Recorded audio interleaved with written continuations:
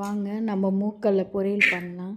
நேற்று வச்ச ரசம் போனி ஆகலையா, அப்போ இந்த பொரியல் செஞ்சு கொடுங்க பசங்களுக்கு. சூப்பராக ரசம், நேற்று வச்ச ரசம், சாம்பார், கீரை குழம்பு எதுக்கு வேணாலும் ஆப்டாக சூப்பராக இருக்குங்க அந்த பொரியல். ஒரு முறை நீங்கள் பசங்களுக்கு செஞ்சு கொடுங்க. ரொம்ப சிம்பிள், ரொம்ப ஈஸி. 5-10 நிமிஷத்தில் செய்ய வேண்டியது தாங்க இந்த மூக்கல்ல பொரியல். பசங்களுக்கும் ஸ்ட்ரென்த்து தான். சுண்டலாக சாப்பிடாதவங்க கூட பசங்களுக்கு இந்த மாதிரி மூக்கல்ல பொரியல் செஞ்சு கொடுத்தீங்கன்னா சூப்பராக இருக்கும், டேஸ்ட்டாக இருக்கும். ரொம்ப ரொம்ப ஈஸிங்க, ஒன்றுமே இல்லை. நைட்டு ஊற வச்ச சுண்டலை வேக போட்டு நமக்கு தேவையான விசில் வச்சு வேக போட்டு எண்ணெய் ஊற்றி கடுகு, சீரகம், கொஞ்சமாக வெந்தயம், அப்புறம் பூண்டு தட்டி வச்ச பூண்டு, கருவேப்பிலை, வெங்காயம், தேவையான வெங்காயம் நான் மீடியம் சைஸ் வெங்காயம்னால ஒரு 5 வெங்காயம் எடுத்துக்கணுங்க. குட்டி குட்டி வெங்காயம் அதனால் 5 எடுத்துக்கணும்.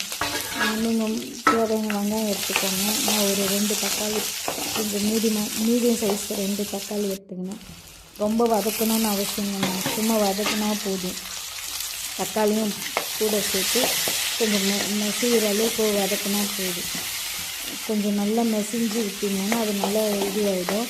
அப்புறம் நான் 1 ஸ்பூன் வீட்டு மிளகாத்தூள் போட்டிருக்கேன். நீங்கள் உங்கள் காரத்துக்கு ஏற்ற மாதிரி நீங்கள் போட்டுக்கோங்க. கொஞ்சம் மஞ்சள்தூள் தேவையான. நம்ம ஆல்ரெடி மூக்கல்ல வேக வைக்கும்போதே நம்ம உப்பு போட்டு வேக வச்சுக்கோங்க. அதனால் சும்மா அந்த மசாலாக்கு ஏற்ற மாதிரி உப்பு போட்டால் போதுங்க. போட்டு நல்லா அந்த பச்சை ஸ்மெல், நான் முன்ன சொன்ன மாதிரி தாங்க, எண்ணெயில் மிளகாத்தூள் போட்டால் நல்லா வதக்கணுங்க, இல்லைன்னா பச்சை ஸ்மெல் அப்படியே இருக்கும். அதனால் கொஞ்சம் நல்லா வதக்கிட்டு அந்த பொரியலுக்கு தேவையான தண்ணி கொஞ்சமாக ஊற்றிடுங்க. ஏன்னா அந்த பச்சை ஸ்மெல்லாம் போகும் இல்லைங்க.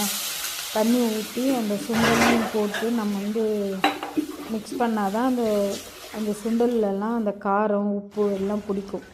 இல்லைன்னா தனித்தனியாக இருக்கும்.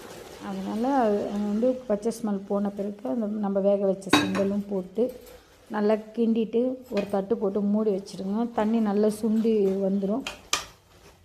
அப்புறம் நம்ம நடுவில் கொஞ்சம் சிம்மில் வச்சு விட்டுருங்க. நடுவில் தட்டி எடுத்து நல்லா கிண்டிட்டு விட்டுருங்கன்னா பொரியல் ரெடி ஆகிடுங்க.